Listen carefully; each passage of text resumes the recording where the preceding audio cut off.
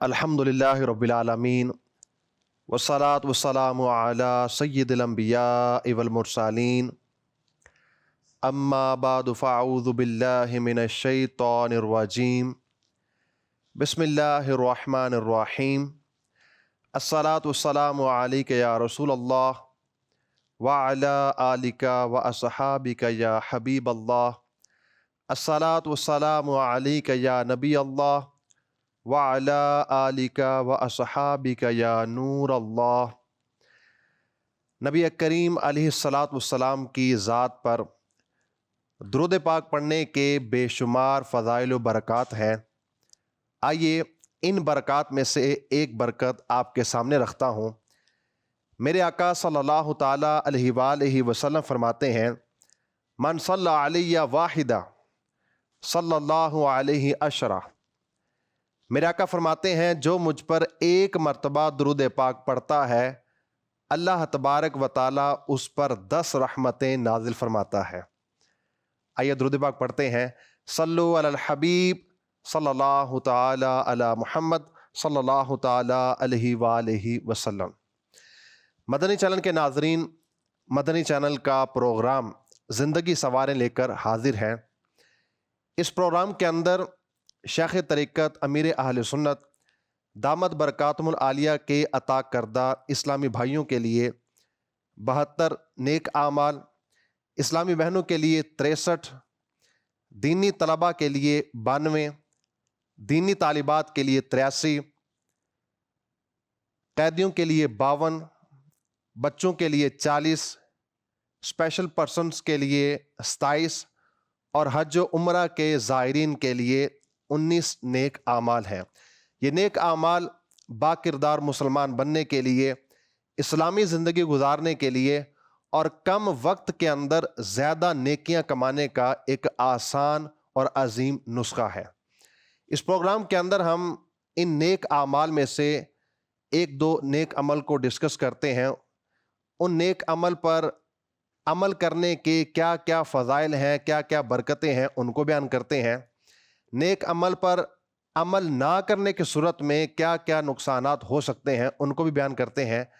آج کے اس پروگرام کے اندر ہم کن نیک اعمال کو ڈسکس کریں گے، آئیے سنتے ہیں۔ کیا آج آپ نے اس ہفتے کم از کم ایک اسلامی بھائی کو جو پہلے دینی ماحول میں تھے یا پہلے اجتماع میں آتے تھے مگر اب نہیں آتے، تلاش کر کے ان کو دینی ماحول سے وابستہ کرنے کی کوشش کی؟ کیا پچھلے مہینے کا نیک اعمال کا رسالہ فل یعنی پر کر کے اپنے نگران و ذمہ دار کو جمع کروا دیا؟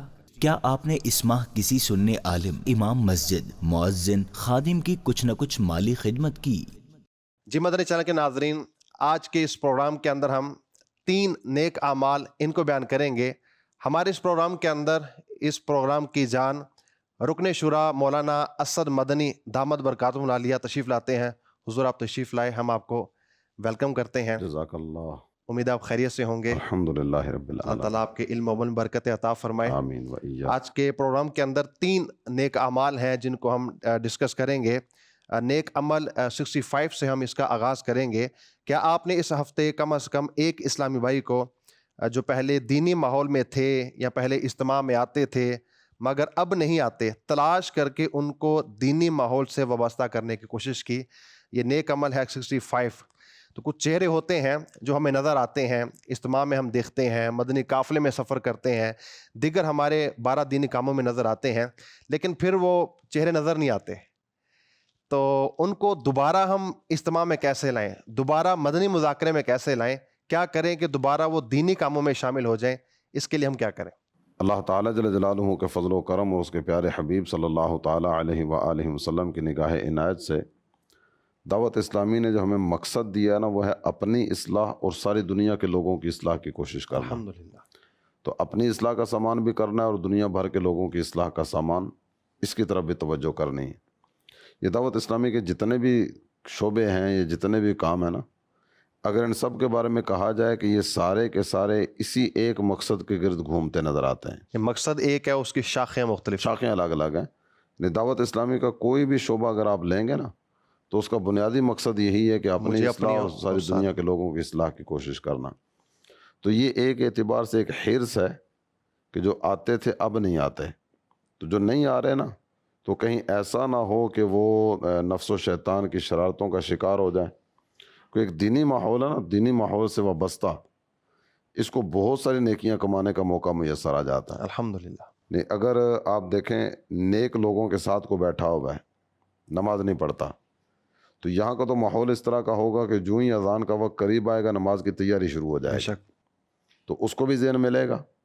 کئی اس طرح کے ہیں جو عام طور پر نماز نہیں پڑھتے لیکن عاشقان رسول کے ساتھ کہیں کوئی سفر کی صورت ہو، کسی نیک اجتماع میں جانا ہو، تو وہ سب سے پہلے غسل کر کے صاف پاک کپڑے پہن کے پھر وہ جانے کا سلسلہ کرے گا، اور وہ ذہنی طور پر پہلے ہی تیار ہوتا ہے کہ وہاں جتنی دیر بیٹھوں گا نا مجھے نمازیں پڑھنی پڑیں گی، بیچ میں جتنی بھی نمازیں آئیں گی. تو یہ ایک برکت ہوتی ہے دینی ماحول کی. ہمارے جتنے بھی کام ہیں وہ سارے کے سارے دینی کام ہیں. الحمدللہ. تو نماز پڑھنے کا موقع میسر آئے گا، تلاوت قرآن کا موقع میسر آئے گا، دین سیکھنے سکھانے کا موقع میسر آئے گا، بہت کچھ سیکھنے کا موقع یہ میسر آئے گا. اللہ تعالیٰ اور اس کے پیارے حبیب صلی اللہ تعالیٰ علیہ وآلہ وسلم کی محبت کی دولت یہ میسر آئے گی. آپ بھی دیکھتے ہوں گے، مدنی چینل کے ناظرین بھی دیکھتے ہوں گے کہ دعوت اسلامی کا جب کوئی اجتماع ہوتا ہے تو اس اجتماع میں بعض اوقات نا محبت رسول کے عنوان پر بیان ہوا، محبت الہی والا موضوع تھا، کو فکر آخرت کے تعلق سے کوئی عنوان تھا جس پر گفتگو وغیرہ ہو رہی تھی. تو بعض اوقات ایسی کیفیتیں ہوتی ہیں کہ آنکھیں اشک بار ہوتی ہیں. الحمدللہ. اچھا، اس میں ہمارے سامنے یہ نظارے آتے ہیں. ایک ہے وہ جو پہلے سے ماحول سے وابستہ ہے. بعض اوقات ایسے افراد بھی نظر آتے ہیں جو ظاہری حلیہ بتا رہا ہوتا ہے کہ ان کا زیادہ آنا جانا نہیں ہے، داڑھی نہیں ہے، لباس کی تراش خراش یا دیگر چیزوں سے بھی بعض اوقات اندازہ ہوتا ہے کہ اس کا زیادہ ہمارے ساتھ دینی ماحول میں آنا جانا نہیں ہے. لیکن وہ موضوع جب چلتا ہے نا اور کچھ بیان کی تاثیر ہوتی ہے، کچھ آیات و احادیث کا فیضان ہوتا ہے، کچھ بعض اوقات ماحول کی برکت ہوتی ہے، تو وہ آنکھیں بھی ہمیں نمناک نظر آتی ہیں. تو یہ برکت ہے دینی ماحول کی. تو اس لیے کوشش کی جاتی ہے کہ یہ سارے کے سارے اندر ہی رہیں. کو مچھلی دریا کے اندر ہے نا تو زندہ رہتی ہے، جی جی. اور جو ہی اس کو باہر نکالا جائے نا تو یہ تڑپنا اور پھڑکنا شروع کر دیتی ہے. تو کوشش ہوتی ہے کہ ان سب کو اندر ہی رکھا جائے. اچھا، ان کو دوبارہ واپس لے کے آ جائے، اس میں ہمارا انداز کیا ہونا چاہیے؟ پیار، محبت، نرمی، شفقت.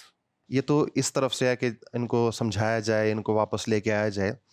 اچھا، بعض اوقات اس طرف سے یوں بھی ہوتا ہے کہ میں بیمار تھا تو میرا پتہ نہیں کیا گیا، یا میرے کسی عزیز کی فوتگی پر جو ہے وہ فلاں ذمہ دار تشریف نہیں لائے تو اس وجہ سے میں ناراض ہوں. بعض اوقات عام طور پر اس طرح کی چیزیں سامنے آتی ہیں، یعنی ناراضگی کی وجوہات اس طرح کی ہوتی ہیں. تو ایسے مواقع پر ہمیں کیا احتیاط کرنی چاہیے کہ یہ پہلو بھی سامنے نہ آئے؟ اچھا، اس میں نا دونوں طرف توجہ کی حاجت رہے گی. ایک تو یہ ہے کہ اس کے ساتھ وابستہ افراد کو کیا کرنا چاہیے تھا، اور دوسرا یہ کہ اسے کیا کرنا چاہیے. جو ساتھ وابستہ افراد ہیں ان سب کو تو یہی کہا جائے گا کہ عیادت، تعزیت، اس کو اپنے شیڈول کا لازمی حصہ بنایا جائے. عام طور پر اگر ہم برادریوں کے معاملات دیکھیں نا، خاندان ہے، قوم ہے، قبیلہ ہے، برادری ہے، تو ہمارے سامنے کئی اس طرح کے نظارے آتے ہیں کہ بڑی بڑی فیملیز ٹوٹ پھوٹ کا شکار ہو جاتی ہیں. یہ صحیح ہے. اور اس کے اسباب کا اگر جائزہ لیا جائے نا تو اسباب یہی چیزیں ہوتی ہیں. شرکت نہیں کی، خوشی کے موقع میرا پہ باپ شرکت مر نہیں گیا کی. تھا، جنازہ پڑھنے نہیں آیا. میری ماں بیمار تھی، اس نے پوچھا نہیں ہے. میں کاروباری مشکلات کا شکار ہو گیا تھا، اس نے ہمدردی کے 2 بول نہیں بولے. تو یہ وہ چیزیں ہیں جس کی بنا پہ خونی رشتوں میں دراڑ آ جاتی ہے. تو جہاں خونی رشتے ہوں وہاں جب اس طرح کا ماحول بن جاتا ہے تو دیگر جگہوں پر تو اس طرح کا ماحول بننے کے امکانات زیادہ ہوتے ہیں. شیطان بھی کھیلنے کی کوشش کرتا ہے. تو عیادت اور تعزیت، اس کو اپنے شیڈول کا لازمی حصہ بنایا جائے، اور اللہ کرے کہ ایسا ذہن بنے کہ یومیہ جب تک کوئی عیادت کا سلسلہ نہ کر لوں میں بستر کی طرف نہ پڑھوں. وہ تعزیت تو ظاہر انتقال کے ساتھ، یہ صحیح ہے. اور صرف انتقال کے ساتھ ویسے ہے نہیں ہے. کسی کو کوئی تکلیف پہنچی تو اس پر بھی جو ہمدردی کے بول بولے جاتے ہیں، تو اصطلاحی طور پر تو وہ تعزیت کی تعریف ہی میں آئے گا. لیکن عام طور پر تعزیت جو نا یہ انتقال ہی کے ساتھ خاص کی جاتی ہے. تو موت مرگ کا سلسلہ ویسے اگر دیکھیں تو روزانہ کی بنیاد پر ہے ہی ہے، لیکن میرے وابستگان میں سے، میرے تعلق والوں میں سے کسی کا کوئی روز فوت ہوگا یہ تو نہیں ہے، لیکن عیادت کا سلسلہ تو روزانہ کیا جا سکتا ہو سکتا ہے. اور اطلاع ملتے ہی کوشش کی جائے کہ جنازے میں شرکت کی جائے، وگرنہ تعزیت کا جو بہتر انداز ہو وہ اپنایا جائے. یہ ہے اس سائڈ سے. دوسری سائڈ سے یہ ہے کہ جو ناراضی کا سلسلہ شروع کیا جاتا ہے نا، تو اس میں مشورتاً میں یہ عرض کروں گا مدنی چینل کے ناظرین کو بھی اور تمام دیکھنے سننے والوں کو بھی کہ ناراض ہونے سے پہلے جس وجہ سے ناراض ہو رہے ہیں نا اس وجہ کو شریعت کے میزان پہ لا کے تول لیا جائے. شریعت اس بارے میں کیا کہتی ہے؟ شریعت اجازت دیتی ہے تو ناراض ہو جائے, لیکن اگر شریعت اجازت نہیں دیتی تو پھر ناراضی کا توقع نہیں بنتا. یعنی ناراض ہونے کا کوئی سلسلہ ہونا ہی نہیں چاہیے. جنازے میں شرکت نہیں کی, شرعی حکم کیا ہے؟ یہ فرض کفایہ فرض کفایہ ہے. کسی ایک نے بھی ادا کر لی ساری بستی والے بری ہو ہو گئے. گئے, تو یہاں ایک نہیں تھا, کہیں تھے. سینکڑوں افراد تھے جنہوں نے جنازہ ادا کیا. جب سینکڑوں نے جنازہ ادا کیا تو میری نظر میں وہ ایک ہی چبر ہے جو بیچارہ کسی وجہ سے نہیں آ سکا. ہو سکتا ہے اس کو پتہ ہی نہ ہو. ایسا بھی ہو سکتا ہے. یہ بھی 3 دن پہلے کی بات ہے کہ اسلامی بھائی نے مجھ سے رابطہ کیا, کسی جنازے ہی میں ملاقات کی صورت ہوئی نا, تو وہ کہنے لگے جی میرے بھائی کا انتقال ہوا تو آپ کی طرف سے کوئی پیغام نہیں آیا. تو ان کے بھائی کے انتقال کو 1.5-2 ماہ کا عرصہ ہو گیا اور میری معلومات میں نہیں ہے کہ ان کے بھائی کا انتقال ہوا. میں صرف سمجھانے کے لیے عرض کر رہا ہوں کہ بعض اوقات ایسی کیفیت ہو جاتی ہے کہ جس سے ہم ناراض ہو رہے ہوتے ہیں, ہو سکتا ہے اس کو خبر ہی نہ ہو. جی, اور مسلمان کے حقوق میں یہ چیز شامل ہے کہ اسے اچھی چیز پہنچے تو اسے مبارکباد دی جائے, اور اگر اسے کوئی مصیبت آفت پہنچے تو اس کی خبر گیری کی جائے. حقوق کی بات آپ نے کی تو حق المسلم علی المسلم خمس, وہ بھی پیش نظر رہے کہ ایک مسلمان کے دوسرے مسلمان پر 5 حق ہیں. ان میں عیادت اور جنازے میں شرکت, یہ دونوں بھی شامل ہیں. ایسا ہی ہے. جب ماں بیمار ہو گئی یہ پتہ کرنے نہیں آیا, یا گھر کا کوئی فرد بیمار ہوا, میں خود بیمار ہوا, یہ پتہ کرنے نہیں آیا, تو عیادت کے لیے آنا بہت مبارک عمل تھا, نہیں آ سکا. تو شرعی حکم کیا ہے؟ گناہ گار نہیں ہے. ایسا ہی ہے. تو جب شریعت کی نظر میں مجرم نہیں ہے تو میری نظر میں مجرم کیوں ہے؟ میں مدنی چینل کے ناظرین کی دلچسپی کے لیے عرض کرتا چلوں کہ دعوت اسلامی کا باقاعدہ ایک شعبہ ہے جس کا نام ہے محبتیں بڑھاؤ. اس شعبے کا جو بنیادی کام ہے نا, وہ بنیادی کام یہی ہے جس پر ہماری گفتگو ہو رہی ہے کہ جو پہلے آتے تھے اب نہیں آتے, ان کو لانے کی کوشش کی جائے. تو جو کوئی نفرت وغیرہ, عداوت, یا کوئی شیطان کو حرکت کر گیا ہو, یا کوئی ایسی بات ہو جو دل میں نفرت کا بیج بونے کا سبب بنی ہو, تو ان اسباب کا خاتمہ کر کے محبتوں کے دیپ جلائے جائیں. تو باقاعدہ سے ایک شعبہ ہے محبتیں بڑھاؤ. آج کے اس پروگرام کے اندر 3 ہم نے نیک اعمال, اس میں سے پہلے پر ہم نے بات کی ہے. دوسرا نیک عمل تھا کیا پچھلے مہینے کا نیک اعمال کا رسالہ فل یعنی پر کر کے اپنے نگران و ذمہ دار کو جمع کروا دیا. اچھا, نیک اعمال پورا ماہ ہم فل کرتے ہیں, لیکن جمع کروانا باقاعدہ یہ بھی ایک کام ہے. اور دیکھا گیا ہے کہ جو نیک اعمال کا رسالہ پابندی کے ساتھ جمع کرواتے ہیں ان کو استقامت ملتی ہے, کیونکہ بسا اوقات جو ہر ماہ پابندی کے ساتھ رسالہ جمع کروا رہا ہے وہ اگر رسالہ جمع نہیں کرواتا تو ذہن میں کھٹکتا ہے کہ ہر ماہ جمع کروایا اب نہیں کروایا, تو پھر پوچھا جاتا ہے جی آپ کا رسالہ نہیں آیا. تو اس سے استقامت ملتی ہے. تو اس نیک عمل کے بارے میں آپ کیا فرمائیں گے؟ نیک اعمال کا جائزہ یہ تو بنیادی کام ہے, یہ تو ہونا ہی چاہیے کہ میرا آج کا دن کیسا گزرا. نیک اعمال کے جائزے سے مراد یہی ہے کہ آج کے دن میں نیکیاں کتنی ہوئیں, کوئی ایسا کام تو نہیں ہوا جو میری آخرت کو برباد کرنے والا ہو. میری زندگی کا مقصد ہے رحمان کا قرب حاصل کرنا, تو کوئی ایسا عمل تو نہیں ہے جو مجھے بارگاہ الہی سے دور کرنے کا ذریعہ بن گیا ہو. تو مین مقصد یہ ہے نا نیک اعمال کے رسالے کا. اور دوسرا جو رسالہ جمع کروانا ہے نا, یہ استقامت حاصل کرنے کے اسباب میں سے ایک سبب ہے. تو اس میں باقاعدہ اہتمام کے ساتھ یہ سلسلہ ہونا چاہیے. نیک اعمال کا جائزہ, اس پر تو ہم نے پورا پروگرام کیا تھا جب ہم نے آغاز کیا نا زندگی سنوارے کا. میرا خیال ہے پہلا ایپیسوڈ محاسبہ نفس کے نام سے اسی عنوان سے تھا, پہلا یا دوسرا پروگرام تھا اس حوالے سے. تو اس میں باقاعدہ کئی ایک موضوعات ہم نے ڈسکس کیے تھے. میں ایک آیت کریمہ کی طرف مزید توجہ دلانا چاہوں گا. اللہ تعالی جل جلالہ نے ارشاد فرمایا, یا ایھا الذین آمنوا اتقوا اللہ ولتنظر نفس ما قدمت لغد. اے ایمان والو اللہ سے ڈرو اور ہر جان کو چاہیے یہ دیکھے اس نے کل کے لیے کیا بھیجا ہے. تو یہ جو رسالہ فل کرنے کی بات ہو رہی ہے, اور میں خیال ہے زندگی سنوارے کا کوئی پروگرام ایسا نہیں ہے جس پروگرام میں ہم نے رسالہ فل کرنے کی دعوت نہ دی ہے, بلکہ رسالہ اٹھا کر دیدار بھی کرایا جاتا ہے. یہ رسالہ نیک اعمال کا پروگرام کا مقصد ہی یہی ہے, مقصد بھی یہی ہے کہ اس راہ کی طرف بڑھنے کا سلسلہ ہو. یہ جو آپ کے ہاتھ میں رسالہ ہے یہ تو 72 نیک اعمال والا ہے. تو یہ رسالہ فل کریں گے، روزانہ اس کی عادت بنائیں گے، اللہ کی رحمت سے امید ہے کہ نیک اعمال کی طرف بڑھنا یہ آسان ہوتا چلا جائے گا۔ مالک کریم ہمیں اس کے استقامت عطا فرمائے۔ تیسرا ہمارا 68 نیک عمل تھا آج کے اس پروگرام کے اندر۔ کیا آپ نے اس ماہ کسی سنی عالم یا امام مسجد، مؤذن، خادم کی کچھ نہ کچھ مالی معاونت کی؟ تو اس کے بارے میں آپ کیا فرمائیں گے؟ مالی معاونت علماء کی، امام مسجد کی، مؤذن کی اور خادم وغیرہ کی۔ اہل علم اگر اپنے مالی معاملات سے فارغ ہوں تو ان کا جتنا وقت ہے نا یہ دین کی خدمت کے کاموں میں گزرے گا۔ بے شک۔ ایک امام مسجد ہے تو اس کا بنیادی جو ذہن ہوتا ہے نا، وہ جو اصل سوچ ہوا کرتی ہے وہ ہے مسجد کی آباد کاری، مسجد کی آباد کاری کی طرف توجہ۔ مسجد محلے کا ایک روحانی مرکز ہے نا، ایک اصلاحی مرکز ہے، ایک اسلامی مرکز ہے، اور اللہ تعالیٰ جل جلالہ کا گھر مرکز نہیں ہے تو پھر مرکز کون ہوگا؟ تو مسجد جو ہے نا یہ اہل علاقہ کی دینی ضروریات پوری کرنے کا ذریعہ ہوتی ہے۔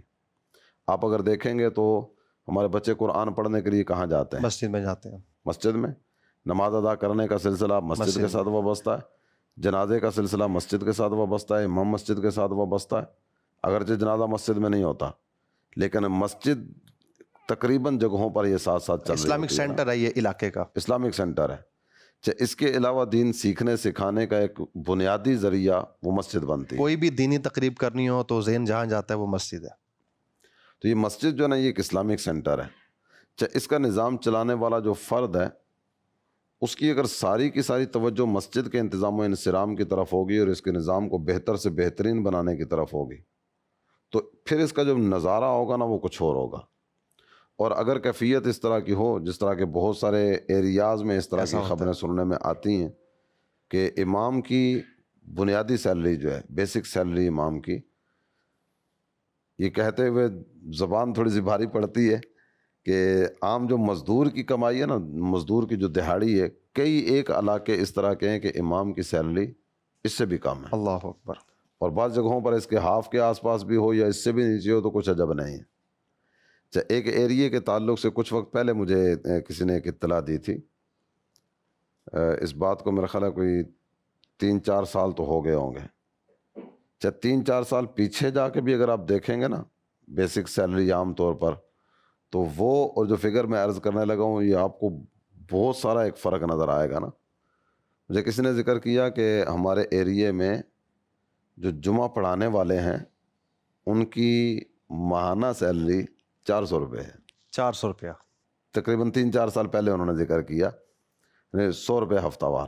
یہ گھر کا خرچہ 400 روپیہ تو ایک یومیہ خرچہ بھی نہیں اب اس کو اگر دوسرے نظر سے دیکھا جائے نا کہ یہ مسجد کو آباد رکھنے کا جذبہ ہے کہ وہ جمعہ پڑھانے کے لیے تشریف لا رہے ہیں، بیان کی تیاری کر کے آ رہے ہیں، باقاعدہ جمعہ پڑھانے کا اہتمام کر رہے ہیں، جو کچھ عجب نہیں ہے یہ آنے والا موٹر سائیکل پہ آتا ہو، ہر محلے میں خطیب موجود ہو ایسا تو نہیں ہوتا، ہے، دور دراز سے آنا جانا۔ وہ سفر کر کے آتے ہیں تو اس سے زیادہ کو تو پیٹرول لگا کے آتے ہوں گے۔ تو یہ ان کا ایک جذبہ ہے مسجد کی آباد کاری کا۔ اس کے علاوہ بھی اگر دیکھیں تو 12,000، 15,000، 18,000، یہ تو کئی ایریاز ہوں گے جہاں امام کی ماہانہ سیلری شاید یہ بڑی ہوگی۔ اس وقت آج کی ڈیٹ کے اندر جو مزدور کی یومیہ مزدوری ہے وہ 1,000-1,200 روپیہ۔ آپ نے جو بات ذکر کی نا کہ مزدور کی سیلری اور دوسری طرف اعزاز، تو یہ بہت بڑا ہے مسجد کی خدمت کرنا۔ حضرت عبداللہ ابن مبارک ان کا ایک عمل مبارک توجہ میں آ رہا ہے۔ آپ جتنی وہ رقم آپ کے پاس ہوا کرتی تھی نا اور آپ راہ خدا میں خرچ کرنے کی طرف بڑھتے تو آپ کی ترجیح جو ہوا کرتی تھی نا وہ اہل علم ہوتے تھے۔ بے شک۔ جب زکوٰۃ بھی دینی ہوتی نا تو ان میں سے بھی کئی اس طرح کے ہوتے ہیں جو مستحق ہوتے ہیں اور وہ فقیر شرعی کی تعریف ان پہ صادق آتی ہے، زکوٰۃ بھی ان کو دی جا سکتی ہے۔ ہر ایک کو نہیں، ہر عالم غریب نہیں ہوتا، ہر امام مسجد غریب نہیں ہوتا، لیکن اس طرح کے بھی ہوتے ہیں کہ جن کو زکوٰۃ دی جا سکتی ہے، جو مستحق ہیں۔ ہاں، تو آپ کا انداز مبارک تھا کہ آپ اپنی زکوٰۃ بھی اہل علم کو دیا کرتے تھے۔ اس پر سوال آپ سے کیا گیا کہ آپ ایسا کیوں کرتے ہیں؟ تو آپ نے فرمایا کہ میرے ذہن میں جو وجہ ہے نا وہ یہی ہے کہ یہ اگر فارغ البال ہوں گے نا اور مالی معاملات سے ان کی توجہ ہٹے گی تو یہ دین کی خدمت کے کاموں کی طرف توجہ مزید بڑھائیں گے۔ اور یہ تابع بزرگ ہیں اور ان کو امیر المومنین فی الحدیث کہا جاتا ہے، امام اعظم کے شاگرد ہیں۔ جب ان کا وصال ہوا تو خلیفہ ہارون رشید کا یہ جملہ تھا کہ علماء کا سردار آج اس دنیا سے چلا گیا۔ اور جہاں پر بہت بڑے عالم تھے، بہت بڑے محدث تھے، اس کے ساتھ ساتھ بہت بڑے تاجر بھی تھے۔ حضرت فضیل بن عیاس رحمۃ اللہ تعالی علیہ نے ان سے عرض کیا کہ آپ ہمیں تقوی کا درس دیتے ہیں اور خود آپ مکے کے اندر مال لے کے آتے ہیں۔ تو آپ فرمانے لگے کہ میں جو بزنس کرتا ہوں، تجارت کرتا ہوں، اس کا ایک مقصد تو یہ ہے کہ میں خود محتاج نہ ہوں، اور دوسرا مقصد یہ ہے کہ میں علماء اور طلباء کی خدمت کروں۔ تو علماء کی خدمت، طلباء کی خدمت حضرت عبداللہ بن مبارک رضی اللہ تعالیٰ عنہ کی سیرت کے اندر ایک نمایاں پہلو ہے۔ ویسے تو ان کا جو تعارف ہے وہ محدث کے طور پر ہے، لیکن علماء کی خدمت ایک نمایاں ہمیں پہلو ان کی سیرت کے اندر نظر آتا ہے۔ مدنی چینل کے ناظرین کی خدمت میں بھی عرض کروں گا کہ ماہانہ ہمارا بھی کچھ نہ کچھ بجٹ تو چل رہا ہوتا ہے، اور کئی ایک جگہیں اس طرح کی ہوتی ہیں کہ جہاں ایک لگا بندہ سلسلہ ہوتا ہے کہ ماہانہ یہاں یہاں یہاں یہاں ان جگہوں پر خرچ کرنا ہی کرنا ہے۔ تو آپ کے محلے میں جو آپ کے امام صاحب ہیں، آپ کے خطیب صاحب ہیں، آپ کے شہر میں جو اہل علم شخصیات ہیں، اللہ تعالیٰ جل جلالہ کے دیے ہوئے مال میں سے پاک آمدنی وہ ان کی خدمت میں بھی نظر کریں، اور اس پر اللہ تعالیٰ جل جلالہ کی رحمت سے حصہ پاتے چلے جائیں۔ اللہ پاک ہمیں اس پر عمل کی توفیق عطا فرمائے۔ مدنی چینل کے ناظرین، پروگرام کے اندر ہم ایک سیگمنٹ شامل کرتے ہیں، کامیابی کا راستہ، آئیے اس میں شامل ہوتے ہیں۔ اگر کوئی مرید علم و عمل میں آگے نہ بڑھے بلکہ ان میں کمی پائے تو اس حوالے سے کچھ رہنمائی فرمائیں کہ اسے کیا کرنا چاہیے؟ کوشش، من جدہ وجدہ، جس نے کوشش کی اس نے پا لیا۔